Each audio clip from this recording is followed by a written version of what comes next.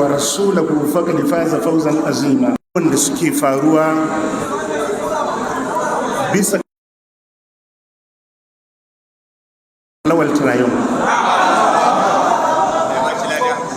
da kuma fayyaras da addininsa saboda wata manufa.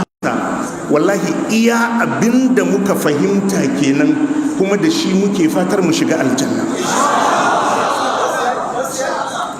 Annabi sallallahu alaihi wa alihi wa sallam yake akuna ahabba ilaihi min waladihi wa walidihi wan nasi ajma'in. Annabi yace ɗayan ku ba zai yi imani ba, imanin ɗayan ku ba zai cika nasi ajma'in, kuma ni ne mafi soyuwa a gunsa sama da mutane baki ɗayansu. Wallahi wani ya kasa a ce a kansa mu ajiye addininmu don biyan bukatarsa. Wallahi ko waɗanda suka haife mu, idan ka gan mu akan fahimta, wallahi iya abin da muka fahimta kenan. Wallahi ko iyayenmu ne suka ɗauki hanyar da ba da wa ashiratukum wa amwalun iktaraftumuha wa tijaratun takshawna kasadaha wa masakinu tardawna rasulihi wa jihadin fi sabilihi fatarabbasu hatta ya'ti Allahu bi amrihi wallahu la yahdi al-qawm az-zalimin.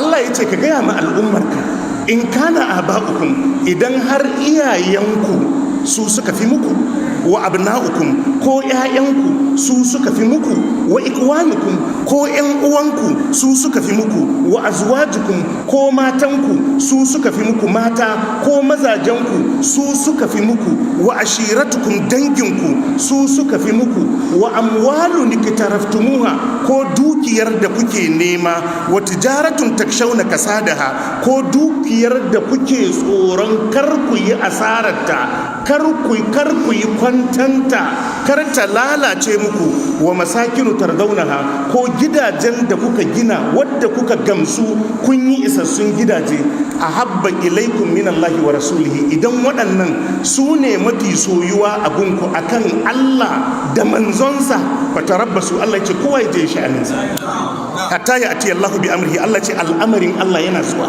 Ashe idan ka fifita wani, ko da iyaye ne, ko da ƴaƴa ne, ko ƙungiya ce, ko wata tafiya ce, akan Allah da manzonsa, ƴaƴa, iyaye, mata, dukiya, gidaje, duk abin da ka mallaka, Allah ya ce ka zalunci kanka, kuma ba za ka samu dace a wajen Allah.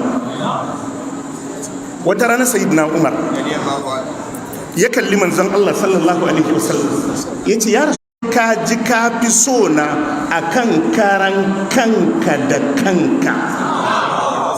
Fakada Umar ya ce wallahi ya rasu, ya ce na rantse da Allah manzon Allah, la'anta ahabbu ilayya min nafsi, wallahi ka fi soyuwa a guna akan kaina da kaina.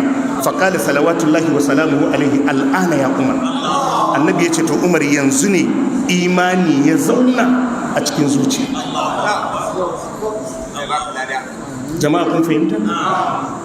Duk wannan yana nuni, wallahi mun mu goyi bayan wani wai don ɗan garinmu ne, ko don ɗan ƙungiyarmu ne, ko don ɗan mashabarmu ne, ko don muna tafiya tare da shi akan barna.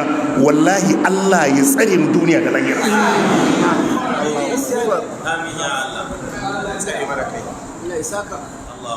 Abu na biyu, maganganun da Malam Lawal Turayo mai fada, wadda ake ta takun saƙa a kai, jumloli ne guda biyu, cewa ai 'ya'yan arna ma ana haihuwansu da kaciya. Na biyu, 'ya'yan tumaki ma ana haihuwansu da tozali. Waɗannan kalmomi guda biyu, iya abin da muka fahimta, ya kore su ne ga manzan Allah sallallahu alaihi wasallam. Wallahi in kuma bakin Allah ba, ka je ka zauna ka saurari abin da ya faɗa. cewa an haifi annabi sallallahu alaihi wasallam da kaciya ya ce ƙarya ne. An haifi annabi da tozali ya ce caci faɗi ne. To yaya abin da ya kore in ma wa me ya jinginawa tun da dai ya raba abun da annabi, yaya za a dawo a ce kuma da annabi ya yi?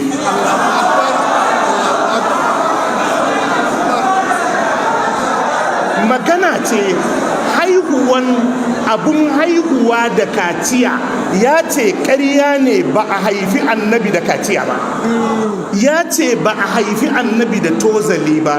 To duk maganan da ya faɗa akan haihuwa da kaciya ko tozali ta shafi annabi bayan ya kore wa annabi. Yau idan da sifa ce ta annabi ya soka, wallahi ridda ce. Gashin annabi darajarsa ba ɗaya bane da gashin kowa. Yawun annabi darajarsa ba ɗaya bane da yawun kowa. Kakin annabi darajarsa ba ɗaya bane da kakin kowa.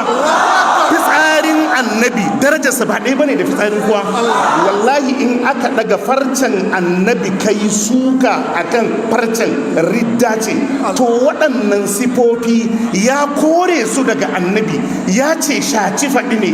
Duk abin da ya faɗa a kansu kuma a ce da annabi ya yi.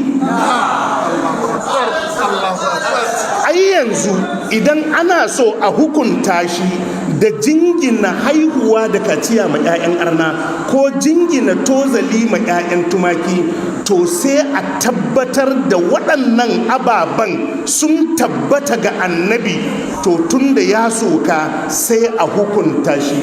Na yi imani da Allah, idan waɗannan abubuwa sun tabbata sifofin annabi ne, aka ce malam Lawal ya fito tsirara ya tuba, wallahi zai fito ya tuba. Amma ya kore su gabarin annabi. To me ya haɗa maganan kuma da annabi, tun da abin da ya faɗa ya ce annabi bai siffanta da shi ba. Doktor, don Allah kun fahimta?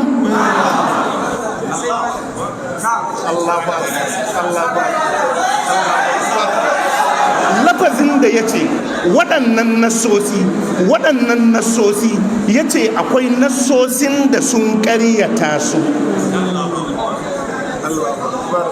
Kuma me ya kawo ya faɗi wannan maganan? An haɗa ɗan garuwa da gwamna?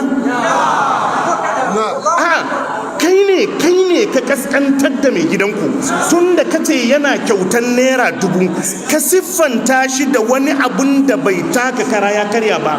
Inda cewa kai mai gidanku ko gwamnanku ko shugabanku yana kyautan irin jib prado, an isa a ce ɗan garuwa yana kyautan ta? Jama'a mun fahimta? Akwai wadda ya isa ya ce mai faskaran anguwansu yana kyautar ta?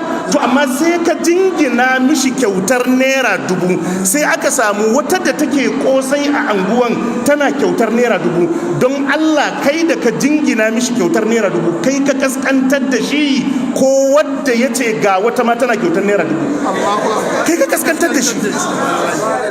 A kuma fa cikin karatun ya ce ai abin da Allah ya ma manzan Allah na Isra'i da Mi'raji, ko annabi Ibrahim ba a mishi ba, ko annabi Musa ba a mishi ba, ko annabi Isa ba a mishi ba. To kaga babbar kyauta da tafi karfin kowa ke. Wallahi billahi kenan, iya abin da muka fahimci yake nufi kenan, kuma iya abin da kalmominsa suka nuna kenan. Mun ji waɗansu 'yan uwa suna cewa to ai tun da an bijiro da sunan annabi a ciki, a'a in yarfel aka ma annabin sai a ja baki ai shiru. Man Sagir kaman wani ne ya ce ni ina bautan annabi, kamar wani ne ya ce ni ina bautar annabi, sai na ce bautar da kake yi ta tafi a banza. Yanzu don ya ce bautar annabi yake sai a ce na soki annabi? Saboda Allah bai ce a bauta wa annabi ba, annabi bai ce a bauta mishi ba. Ashe kenan kaga duk abun da bai shafi annabi ba, ba za a faɗi wata magana a kai kuma a mai da ita kan annabi ba. Kun fahimta? Ba za a mai da ita kan annabi ba. Korewa yayi ba a haifi annabi da kaciya ba. korewa yayi ba a haifi annabi da tozali ba. To yanzu je ka duk maganan da aka faɗa akan haihuwa da kaciya ko tozali, in bakin Allah ba a dawo da shi kan annabi. Amma inda ya yarda sifa ce ta annabi sannan ya yi suka a kai, in fa ya yi suka a kai, to anan ne hukunci ya tabbata a kan shi. Yanzu bari in baku misali. Aƙidar abinda 'yan tijjaniya suka kudurce shine salatul fati annabi ne sukutum da guda ya zo ya ba wa annabi Muhammadu. Mu mun yadda yanzu in mun soki salatul fati sai a kai mu majalisar shura a ce mun soki annabi? Ai saboda ba mu yadda daga annabi take ba. Idan ana so a lazimta mana sukar salatul fati sukan annabi ne, to a tabbatar mana alakarta da annabi sai mu tuba.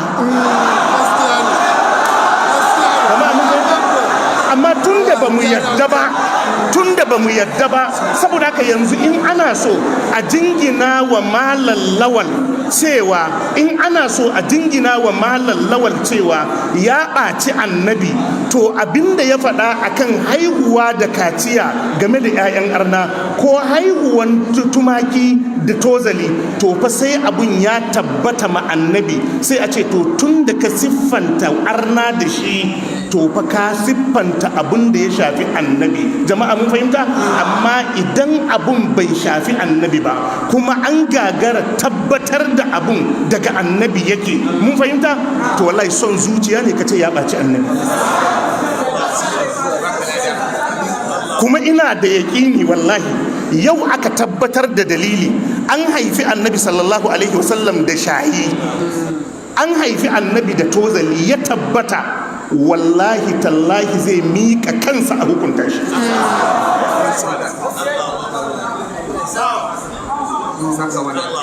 Jama'a mun fahimta? Mun ji wani yana cewa ai idan an zo muƙabalar a titsiye shi, cewa da ya yi 'ya'yan tumaki da 'ya'yan arna ya buɗe littafi ya duba, wai yana haɗa wannan matsalar ƙabiyar wai da ta Abdul Jabbar ɗaya suke. Shi fa Abdul Jabbar yakan ɗauki hadisi ne ya fassara, sai ya ce to ai wannan hadisin ya nuna manzon Allah sallallahu alaihi wasallam kaza ne, sai ya faɗi mummunar magana, kuma ya faɗi littafin da hadisin yake, ya faɗi lambar hadisin. To ba dole a ce buɗe ka nuna mana ba? Amma shi kuma korewa yayi wannan cewa an haifi annabi da kaciya ba gaskiya bane, an haifi annabi da tozali ba gaskiya bane. Da ya zo maganan haihuwa da shayi da ake yi nan kuma ya ce a tambayi ungozomomi, haka ya faɗa ko ba ka ba?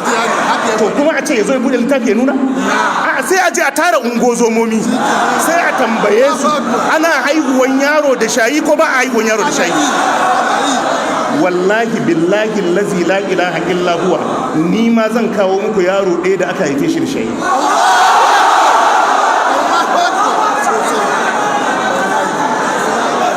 Wallahi jama'a mun fahimta? Cewa yayi a je a tambayi ungozomomi, to sai suka ce wai ya bude littafi ya faɗi inda 'ya'yan awaki cewa yayi a tambayi ungozomomi. Saboda haka yanzu in aka tambayi ungozomomi suka ce ba a haihuwan yaro da kaciya, to sai a hukunta shi. Abinda zai bude littafi ya nuna a cikin karatunsa yake cewa nassosi sun ƙaryata wannan maganan, to yanzu tunda ya ce nassosi sun ƙaryata wannan maganan, to yanzu sai a sa ya bude littafi ya nuna nassi da ya ƙaryata an haifi annabi da kaciya.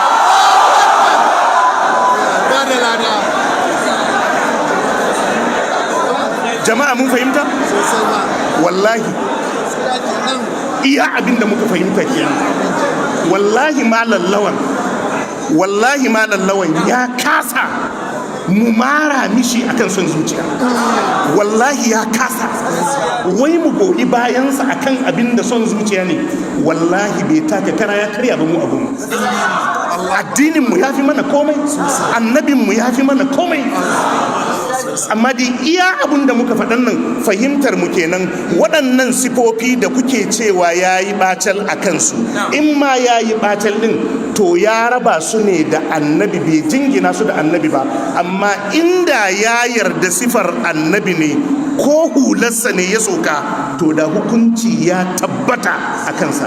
Yanzu in ana so a hukunta shi, a tabbatar mishi aihuwa da kaciya yana da alaka da annabi, haihuwa da tozali sifa ce ta annabi, to shi kenan sai a kama shi a hukunta shi. Amma in dai kun yadda ya kore ne, to tunda ya kore, ko me ya faɗa ma ai bai shafi annabi ba, tunda ya ɓamɓare abun a cikin manzan Allah. Mu je gaba ta gaba. Waɗanda suke kururuwa akan ya ɓaci annabi,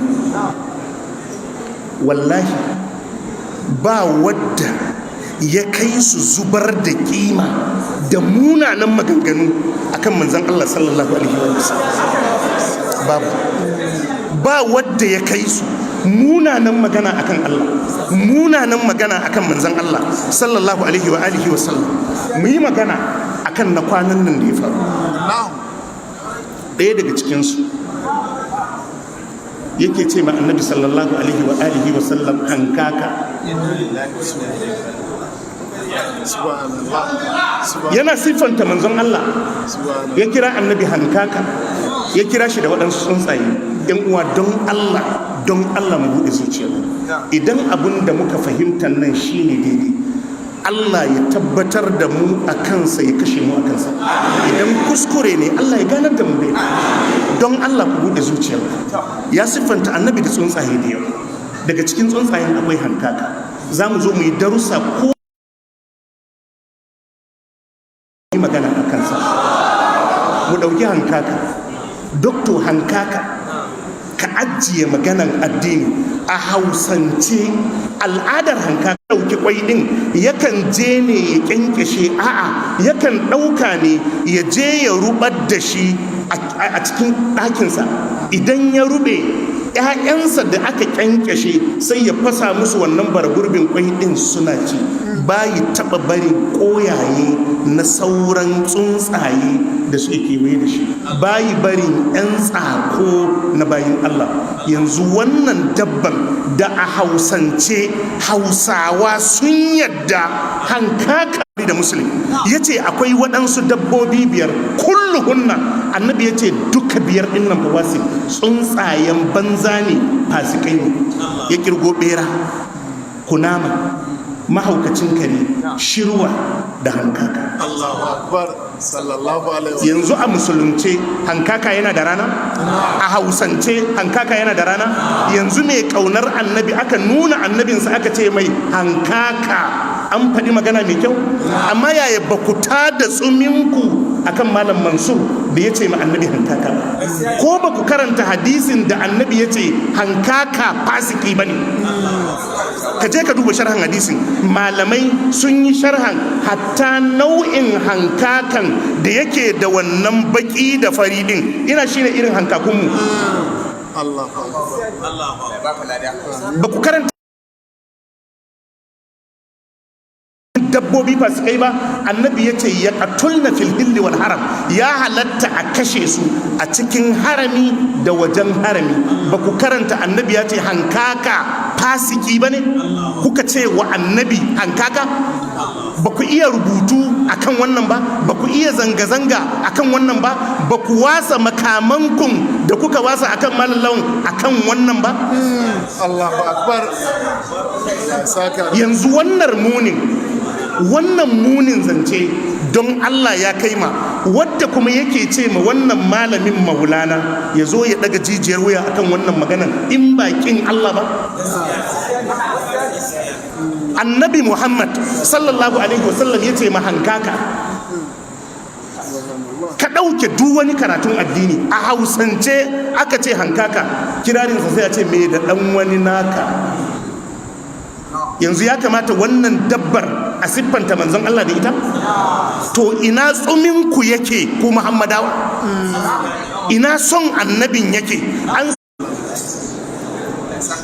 Idan ka yi mafarki ka ga katon karatumi ya ce annabi ka gani. Man jarumi, bari ka ji yadda abin yake. Shi manzan Allah wallahi duk duniya ba wadda ya isa annabi ya rikida a siffansa ko a mafarki ne. yan uwana kun fahimta? Manzan Allah duk duniya ko a mafarki kaga sifar sayidina Abubakar aka ce ma annabi ne ba annabi. Domin abu ya ce manzan Allah sallallahu alaihi wasallam shine mafi kyan fiska, shine mafi kyan diri da halitta. Wallahi duk duniya ba wadda ya isa annabi ya rikida a siffarsa, saboda shine shakundun. Shi annabi sai dai a ce sayyidina Ali na kama da shi, to an kara ma sayyidina Ali daraja. Sai a ce na Fatima tana kama da shi, an kara mata daraja. Sai a ce Hamza yana kama da shi. Duk dage wandunan mu da muke ba muna so mu yi kama da shi bane? To shi kai ka kasa, shi kuma ya kwaikwaye ka yi kama da kai. Amma kun fahimta da kyau?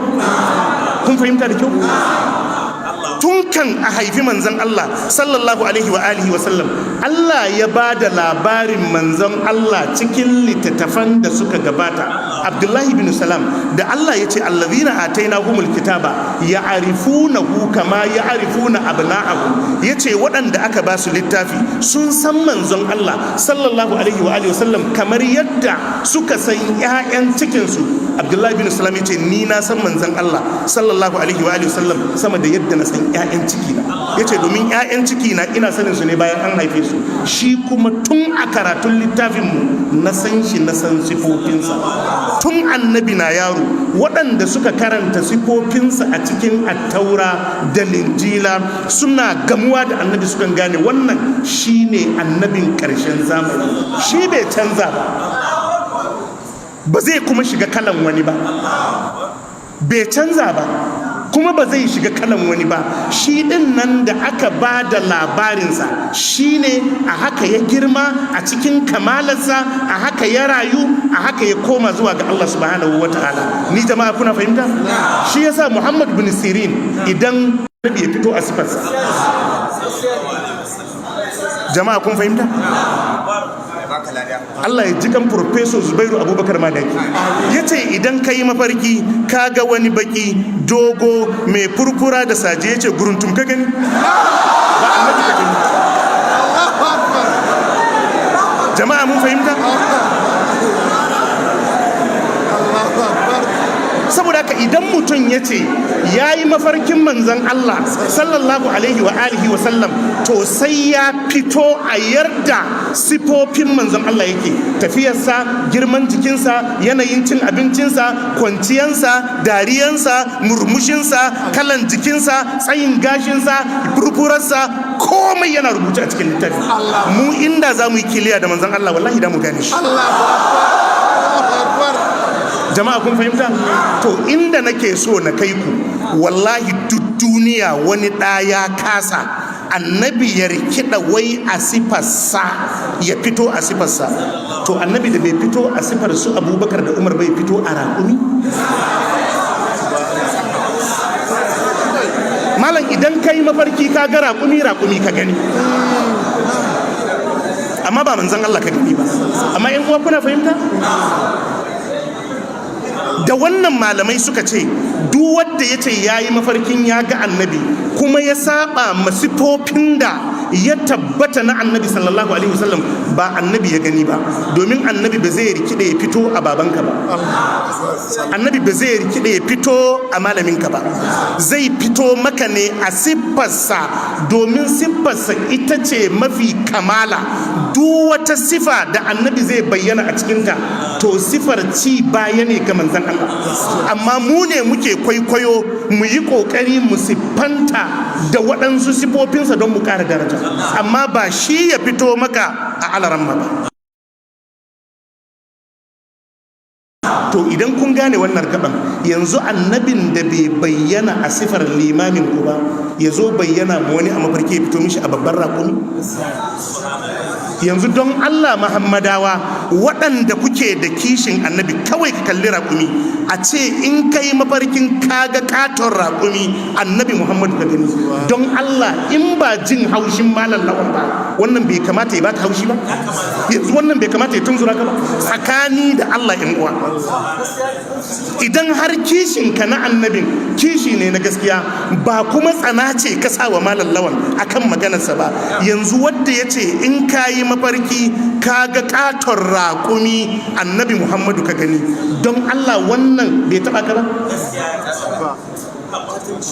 Bai taɓa maka zuciya ba? Yanzu wannan bai kamata ka yi zanga-zanga a kansa ba? Yanzu wannan bai kamata ku yi rubutu ku kai gidan gwamnati ba? Yanzu wannan bai kamata ku ɗauki mataki a kansa ba? To inda za ka gane abun son zuciya ne da ɓangaranci, amma in dai ɓacin annabi ne wadda ya faɗi wannan, kuma doktor bari ka ji kaga yadda muka yi maganar hankaka duka dabbobin nan zamu zo mu bi su ɗaya bayan ɗaya da suka siffanta annabi da shi. Kaga shi rakumi Allah ya kore mana shi, wal kaila wal bigala wal hamira litarkabuha wa zina. Allahu akbar. wa tahmilu asqalakum ila baladin lam takunu balighihi illa bi shiqqil anfus. Inna rabbakum la ra'ufur rahim. Allah ya halatta mana mu ci mu yi kaza, to amma mu koma wajen daraja.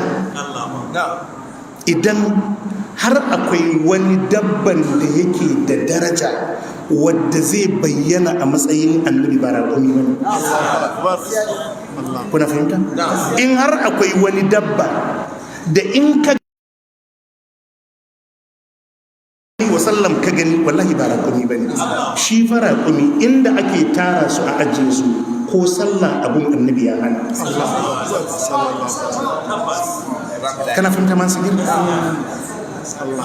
Inda ake ajiye raƙuma wajen ka je ka yi sallah annabi ya hana.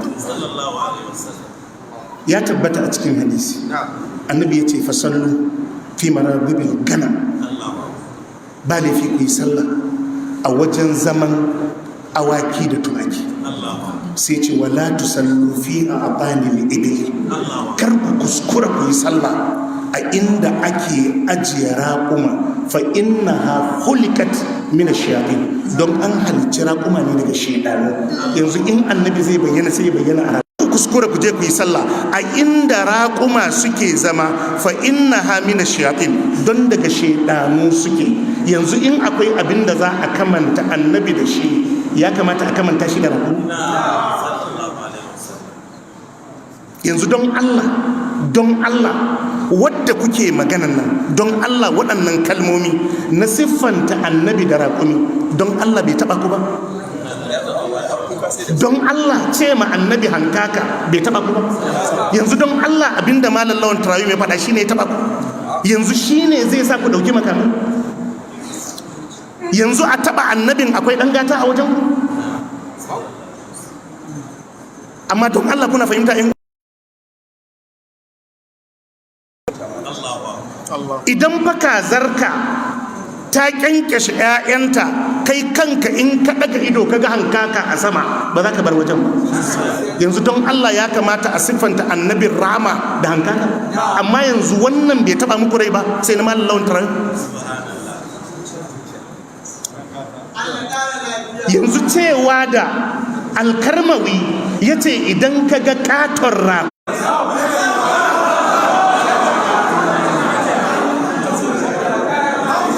jama'a mun fahimta? 'Yan ɗariku sama da shekara 40 ana wa'azi ana cewa ku fito ku karantar da jawahirul ma'ani,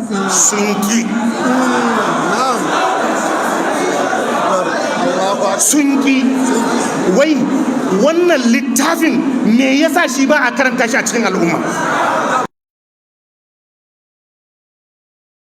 Ne ya taso ya ba ma shehu tijjani kaza da kaza. Shi annabi Muhammadu mun gani a Qur'ani sallallahu alaihi wasallam, Allah ya ce ya ayyuhar rasulu ballik ma unzila ilayka min rabbik, ya ce ka isar da abinda aka aiko ka da shi ballik ma unzila ilayka min rabbik, ka isar da abin da aka saukar maka daga wajen ubangijinka.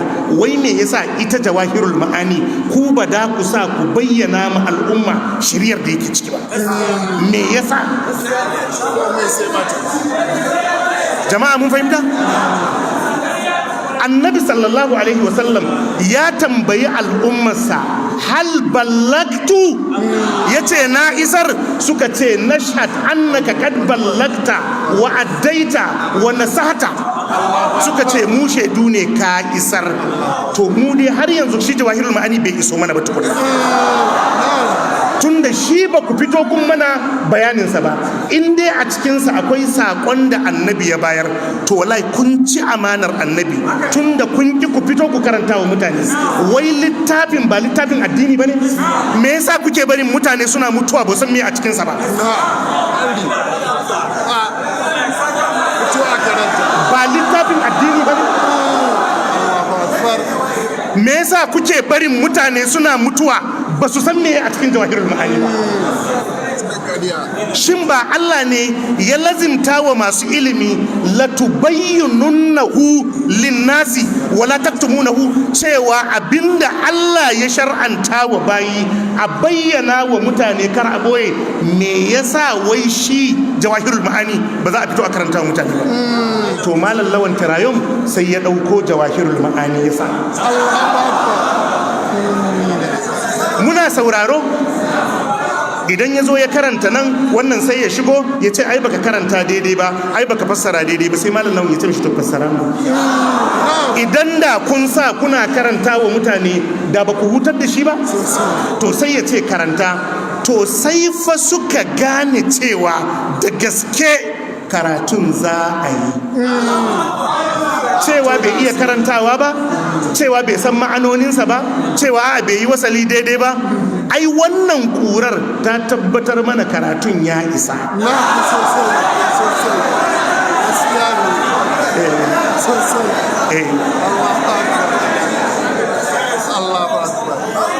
Kamar wani yare ne wadda bayi jin Hausa, sai ya zo ya same ka ya ce maka shegiya, kaga ai bai yi wasalin daidai ba. Mutanen Abdul Jabbar, wadda su kuma dama mutuwar kasko suke so, mutuwar kasko suke so a yi.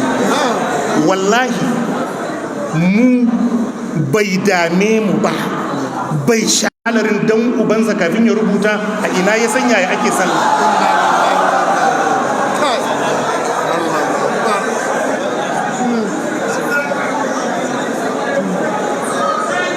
Jama'a mun fahimta?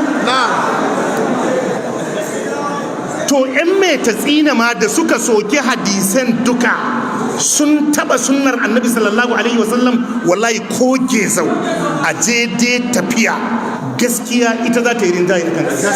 Saboda haka idan Abdul Jabbar ake so a cire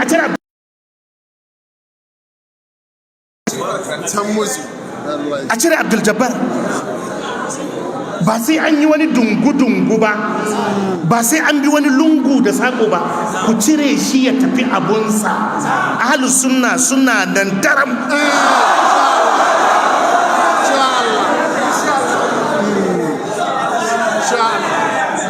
Ahlus sunna suna nan daram.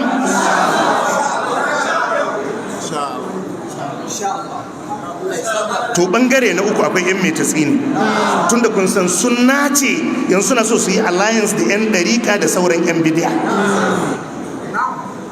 Sunna ce suna so su raɓi yan ɗariƙu su mannu a jikinsu. Muna kallon ku, in dai yan metatsina ne, ba mu manta ranar baya ba su raɓe. Wallahi waɗannan mutanen ko gogewa ta rayuwar duniya mutum ke da shi, ba zai bar waɗannan yan metafi nan sun rike Qur'ani sai suka rabe su. Ka bi duk inda aka yi yakin metafi ne, tun daga Kano, Borno, Gongola, Gombe, duka inda aka yi yakin metafi ne, wallahi waɗanda aka fi yankawa su ne alarmomin tsangaya. Wallahi waɗannan malamin Qur'ani to su je su rabe su. Ai shi ɗaya daga cikin 'yan metatsinan kullum maganansa wahabiyawa 'yan ta'adda 'yan kaza 'yan kaza 'yan kaza. Na ce to yanzu duk ta'addancin wahabiyawan nan ba za ka ware rana ɗaya kuma ka mana bayani akan Muhammadu Marwa Metatsina ba?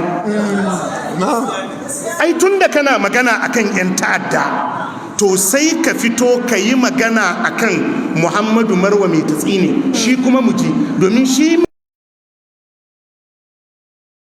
declaring ɗan ta'adda. Hukuma gwamnati ce kuma ta yaƙe shi. Me yasa a cikin 'yan ta'addan baka kawo Muhammadu Marwa? Gaskiya ne. Akwai ɗaya daga cikinsu, wannan ɗan Katsinan, wata ran ya zauna yake cewa suna da yaƙini, suna da tabbas. Ya kira sunansa ba sunan yanka, Muhammadu Marwan nan shine asalin sunan yankan Metatsina. Ya kira sunan ya ce suna da tabbas da yaƙini Malam Muhammadu gwamnati ne ta yaƙi shi. Allah kaɗai ya san adadin sojoji da suka rasa ransu a sanadiyar yaƙin Metatsina. Allah kaɗai ya san adadin 'yan sanda da suka rasa rayuwarsu a sanadiyar yaƙin Metatsina. Allah ya san iya adadin fararen hula. Ya ce zalintarsa aka yi a bainar jama'a. Ina masoya ɗin, ina masu son addini, ina masu son Kano. Na'am. Allahu Akbar. To yanzu wai waɗannan 'yan Metatsinan wai su ne suke barbaran 'yan ɗari. Wai iyayen gidansu ne. Iyayen gidansu ne. Akwai wani wanda ya fahimci sunna da zai bi wannan gidacen? To saboda ya lura a cikinsu ne zai iya ɗiba. Kuma ga ku ga su inda 'yan Metatsina ne, ga ku ga su. Ai wadda ya ce duk wani littafi ƙarya ne idan ya taba ahlus sunna da sauki, amma in ya taba ɗan ɗari ka ya taba. Wadda ya ce duk wani littafi bayan Ƙur'ani ƙarya ne, wallahi ya fi musguna ma ɗan ɗariƙa akan ɗan ahlus sunna. Bari tafiya za ta fito. To su ma suna ciki. Suna ciki. A zo a titsiye shi. Ai dai titsiyen za mu ga yadda za a yi. Me za a ce ya nuna din? Idan aka yi karfan ai duniya tana gani. Jama'a mun fahimta? Ai duniya tana gani duk abin da zai faru. Ina kira mana da muka bar ni gaba faɗa abin da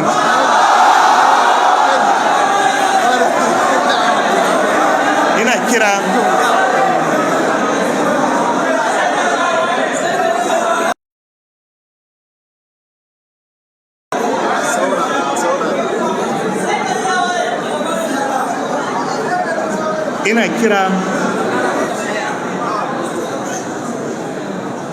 ga 'yan uwa ahlus sunna, ku ɗauki wannan a matsayin nasara. La tasabuhu sharran lakum bal huwa khairun lakum. Shi yasa muka sa malaccan suna Trayon. Nasara ce. Nasara ce. Duk wannan maganan shura da ake nasara ce. Ai mu yanzu an bude mana kofa, duk wanda yayi wannan katobaran akai gidan gwamnati, wani ya kai gwamnati ce bai karba ba?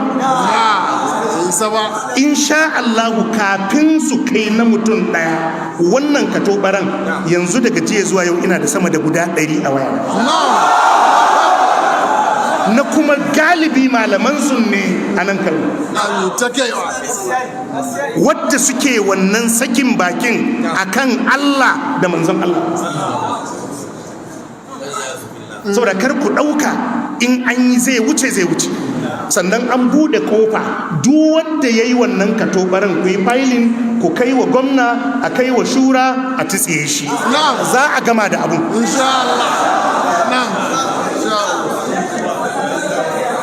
Akwai wani shehinsu ana ce mishi malam mai Kano Jallo, shine yake cewa ai qur'ani na Allah ne, shi ya faɗe shi ne a ganin dama, saboda haka da su yake magana. In yayi maganan suka dubi inda za su gyara sai su gyara. Wallahi wai kuma wannan mutumin ka ce mishi maulanka, wai kuma ka zo ka ce wai ga wani bai son annabi. Shi fa annabin mutanen Makka suka ce a dan gyara qur'ani, yace ma yakunu li an ubaddilahu min tilqa'i nafsi. Allahu akbar, Allahu akbar. Iti bi qur'anin gairi hadha aw baddilhu, ka zo da wani qur'anin ko a gyara wannan. Yace ba zai yi. Allahu akbar. Amma wai wannan mutumin yace in Allah yayi magana sai suka ga kuskure a maganar sai su gyara. Inna lillahi wa inna ilaihi raji'un. Inna lillahi. Suna nan dukka sunan a hannun man sakin. Za mu sa ɗaya bayan ɗaya ta sake muku kuna. Gaskiya. Saboda haka ahlus sunna ku dauki wannan a matsayin nasara. Kuma babban abin da ya faranta mun rai da qadiyar yadda mutane suka fahimci abu. Allahu akbar. Yadda aka fahimci inda al'amarin ya dosa, wallahi na daga cikin abin da ya faranta. Idan wani ya fito yana bayani ko a TikTok sai ka yi mamaki, to yaya aka yi wannan har ya fahimci abin yake bayani dalla-dalla akan wannan matsalar. Wallahi ku ce alhamdulillah. Alhamdulillah. Wallahi nasara ce. Mai abun faɗa ba ya faɗa. Kar ku zagi wani, kar ku musguna ma wani, kar ku shiga sabgar wani, amma dai wannan darasi ne ku mai da hankali wajen karantas da aƙida.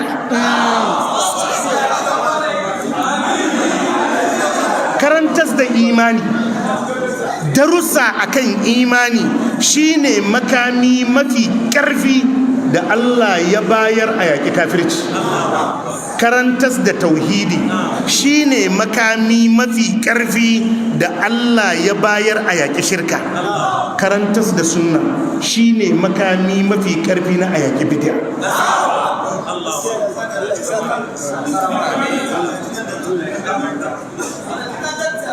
Abu na biyu, su waɗannan gamayya, don jiya na ga wani gangaminsu da suke bayani shehunansu da malamansu sun ba su izini idan gwamnati bata ɗauki mataki ba su tanadi makamansu, su wasa wukansu, kuma da su iya ɗaukan mataki, an san da su iya. To muna ba ku shawara kar ku ɗauki mataki. Duk wanda ya ɗauki makami ya farma wani zai yi dana sani. Wallahi billahi muna ba ku shawara kar ku ɗauki makami ku farma wani. Ku yi haƙuri. Malam Lawan bai ɓaci annabi ba. Ku yi haƙuri. Malam Lawan bai ɓaci annabi. Wanda ya ɗauki makami ya farma wani wallahi zai yi ɗan dana sani. Wallahi za ka zo ka yi bidiyo kana ba da haƙuri, kana kaskantar da kai. Wannan shawara muka baku ba don muna tsoron abin da ku yi, amma kar ku yi haka, kar ku yi haka. Yayin yin haka ya wuce. Ku bari idan an kama shi da laifi a hukunta shi, amma kar ku ɗauki makamanku da shehunanku suka ce ku ɗauka ku aji. Wukakenku da kuka wasan ku yi haƙuri ku aji. Ku jira abinda gwamnati za ta. Ku yi haƙuri. Wannan shawara ce. Kar ku ɗauki makami, kar ku farma wani. Duk wadda kuka far musu da ku yi ɗan da na sani sosai. Za ka zo ka ce da ka sani da baka yi ba. Duk malamin da ya zuga ka ka ɗauki makami ka farma wani, wallahi zai barka a ruwa.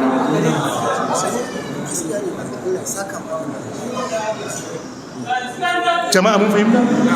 Waɗanda suka zuga matasa suka je suka yi zanga-zanga, ba matasan suka bari a roba? Akwai matar da sai da ta sai da ɗan sauran ɗakunansu na gado ta bi yadda za ta bi ta je ta karɓo ɗanta, wadda kuma suka ingiza zanga-zangan kowa yana yawo a gidansa.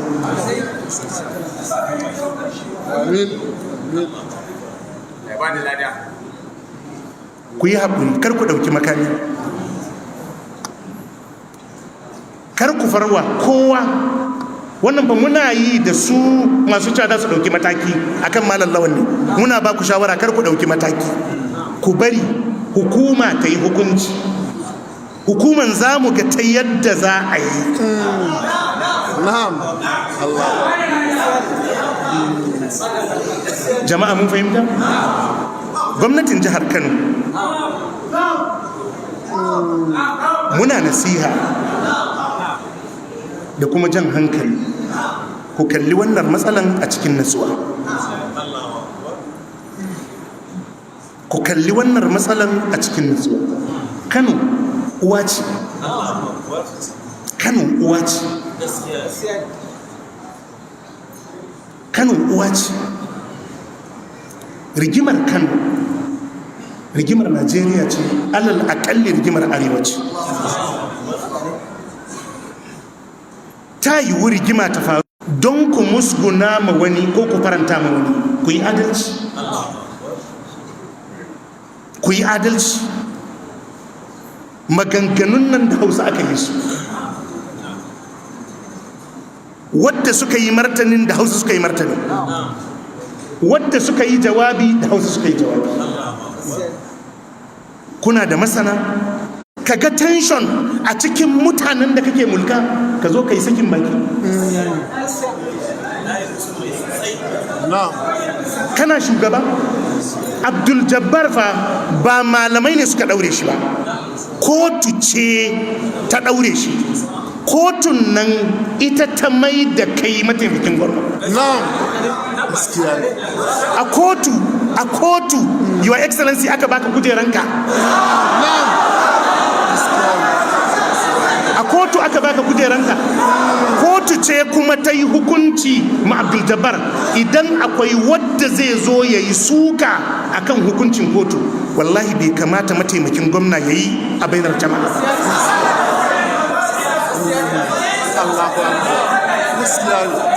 Bai kamata ba. Idan akwai wadda zai kushe hukuncin kotu, to tawagarku bai kamata ku soki hukuncin kotu ba, domin kun san rananta a wajen sosai. Alkali ne ya zauna ya yi shari'a, ya yanke hukunci, ko bai maka daɗi ba a matsayinka na shugaba, bai kamata ka yi wannan barin zancen a cikin jama'a ba.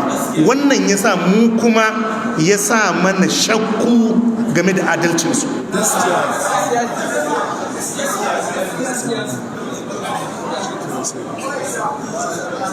Muna ji muna gani. Idan abin da muka fahimtar nan shine daidai, Allah ya ba mu ladansa, Allah ya tabbatar da mu a kansa, Allah ya kashe mu a kansa. Idan kuskure ne, Allah ya yafe mana, ya nuna mana gaskiya, ya ba mu ikon binta. Allah ya muku albarka. Subhanakallahumma wa bihamdika ashhadu